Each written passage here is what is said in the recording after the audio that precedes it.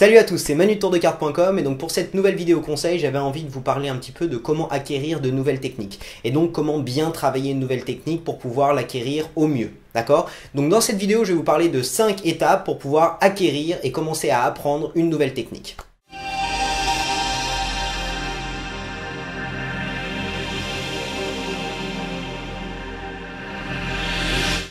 Alors, la toute première étape pour apprendre une nouvelle technique, c'est simplement la découvrir. Donc, c'est l'apprentissage de cette nouvelle technique. Donc, c'est soit sur un DVD, soit sur un livre, ou soit en ligne sur tourdecartes.com, c'est possible aussi. Vous apprenez cette nouvelle technique, vous regardez la vidéo et vous essayez de refaire cette vidéo en regardant votre paquet, doucement, en regardant la vidéo, en faisant attention aux conseils qui sont donnés dans la vidéo. Vous pouvez donc commencer à reproduire cette technique. Bien entendu, à cette étape-là, on veut le faire aussi doucement que possible, on veut vraiment pas presser les choses et donc commencer vraiment très doucement à reproduire, avec les conseils donnés dans la vidéo, à reproduire la technique en question. Alors une fois que vous connaissez cette nouvelle technique et que vous pouvez la reproduire sans nécessairement avoir à la regarder sur la vidéo, simplement vous allez passer à la deuxième étape qui est le peaufinage. Donc le peaufinage que vous allez faire, c'est de travailler devant un miroir et devant ce miroir-là, vous voulez vraiment faire attention à la propreté et aux angles. Donc pour tous ceux qui vont commencer à faire du street et qui veulent présenter en général debout, je vous recommande vraiment un de ces miroirs où vous pouvez voir, vous pouvez ajuster un petit peu la position et donc l'angle de vue de ce miroir pour pouvoir vous placer juste devant le miroir, l'ajuster pour que vous puissiez avoir le regard qu'aurait un spectateur en face de vous. Donc comme ça vous pourrez travailler les angles avec une bien meilleure idée de ce que le spectateur pourrait voir lui-même alors que vous allez présenter ce tour-là. Si vous préférez, si vous pensez présenter assis, alors dans ce cas-là, vous allez simplement présenter assis devant une table, devant votre miroir. Et donc vous voulez un miroir assez grand pour pouvoir vous voir en entier et vraiment pour pouvoir voir votre main et puis donc en fait pouvoir commencer à travailler la technique comme si le spectateur regardait la technique lui-même. Donc cette étape est extrêmement importante parce que simplement c'est à ce moment-là où on veut corriger toutes ces petites erreurs. On veut vraiment y aller encore très doucement. On ne veut pas précipiter les choses et on veut corriger toutes les petites erreurs avant de passer à la troisième étape qui serait de la répétition. D'accord? Parce qu'on a envie de répéter des mouvements carrés, c'est-à-dire des mouvements travaillés et des mouvements propres, plutôt que des mouvements qui comportent en eux-mêmes des erreurs pour ne pas cristalliser ces erreurs dans notre apprentissage. Pendant cette étape de peaufinage, si jamais vous voyez qu'il y a des défauts récurrents, retournez vers votre source, c'est-à-dire que ce soit votre DVD, livre ou alors en ligne, pour pouvoir soit trouver des conseils du magicien qui va pouvoir vous aider à corriger ce petit défaut, ou alors essayer de regarder vraiment comment le magicien lui-même fait la technique et essayer de reproduire exactement la façon de faire du magicien. Si jamais par exemple, je vais faire une petite pub pour l'abonnement en même temps, donc si jamais par exemple vous êtes abonné à tourdecartes.com pour l'année, n'hésitez pas à me remplir le formulaire pour l'aide personnalisée et je vous ferai une vidéo personnalisée rien que pour vous sur votre petit problème pour pouvoir régler et donc pouvoir passer à l'étape numéro 3 de façon bien plus simple.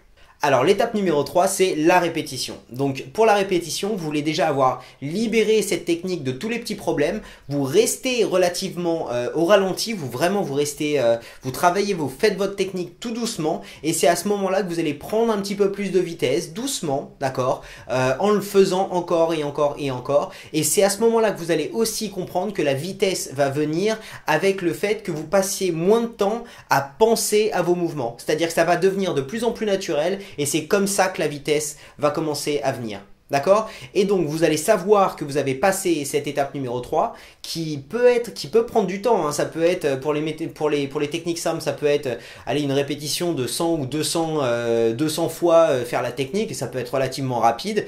Mais pour une technique bien plus compliquée, ça risque d'être beaucoup plus que 100 ou 200 fois. D'accord?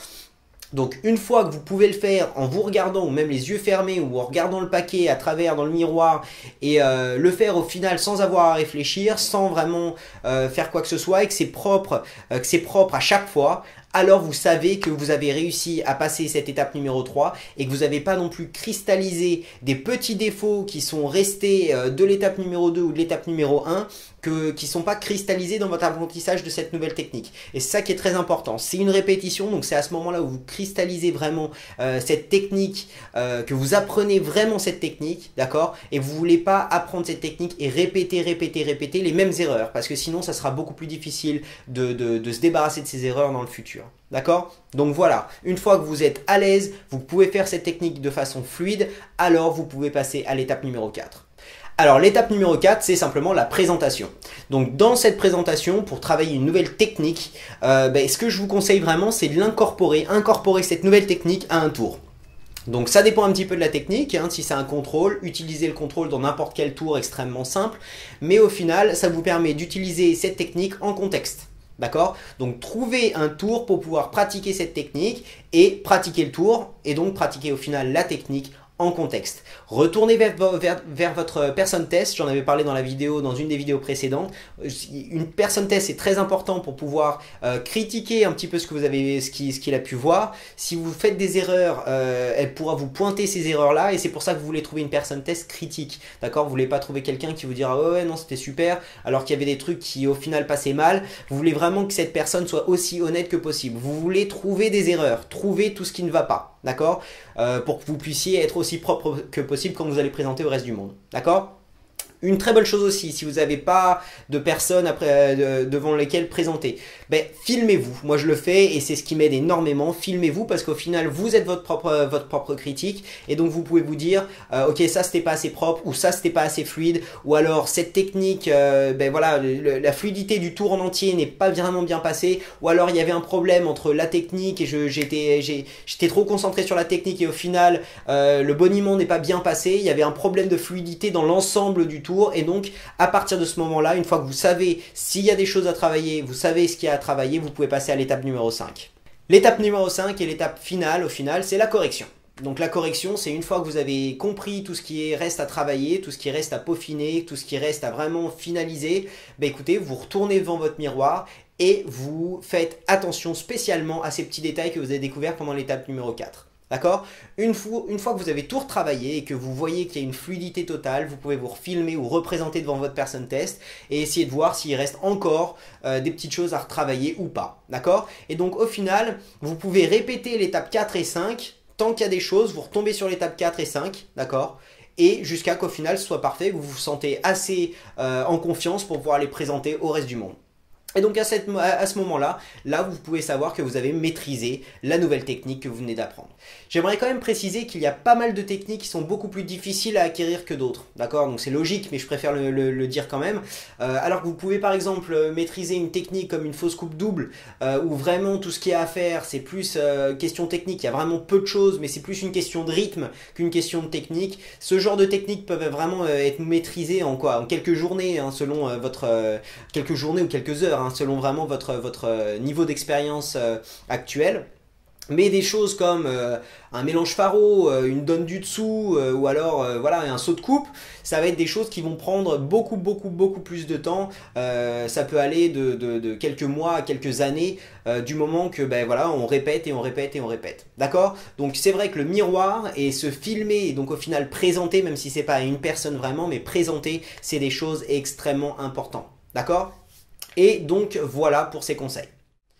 Je vous remercie d'avoir regardé cette vidéo. Encore une fois, tous les mercredis, je fais des vidéos conseils. Donc si vous avez une question, que ça soit sur de la présentation, sur de la technique, sur tout ce qui peut toucher un petit peu cet univers de la cartomagie, n'hésitez pas, laissez-moi votre question sous cette vidéo et je trouverai un moment, un des mercredis prochains, pour pouvoir répondre à autant de questions que possible. Surtout les questions qui reviennent, c'est sur celles-là que je vais essayer de me concentrer au maximum. Donc laissez-moi vos questions en dessous de cette vidéo. Ensuite, vous pouvez cliquer sur le côté, vous pouvez vous inscrire à la newsletter. Il y aura donc une série de 10 emails, un email par semaine sur le détournement d'attention. Donc 10 vidéos gratuites sur le détournement d'attention. Le petit lien juste à côté, ça va être une autre vidéo conseil. Si vous voulez apprendre, avoir d'autres conseils sur autre chose dans la magie, cliquez là-dessus.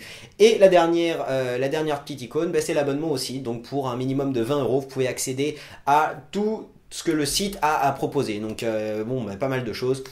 Vous pouvez aller voir ça juste en cliquant le lien juste en dessous. J'espère que vous avez bien aimé cette vidéo et je vous dis à vendredi et cette fois ça va être une coupe XCM. Donc à vendredi. Salut!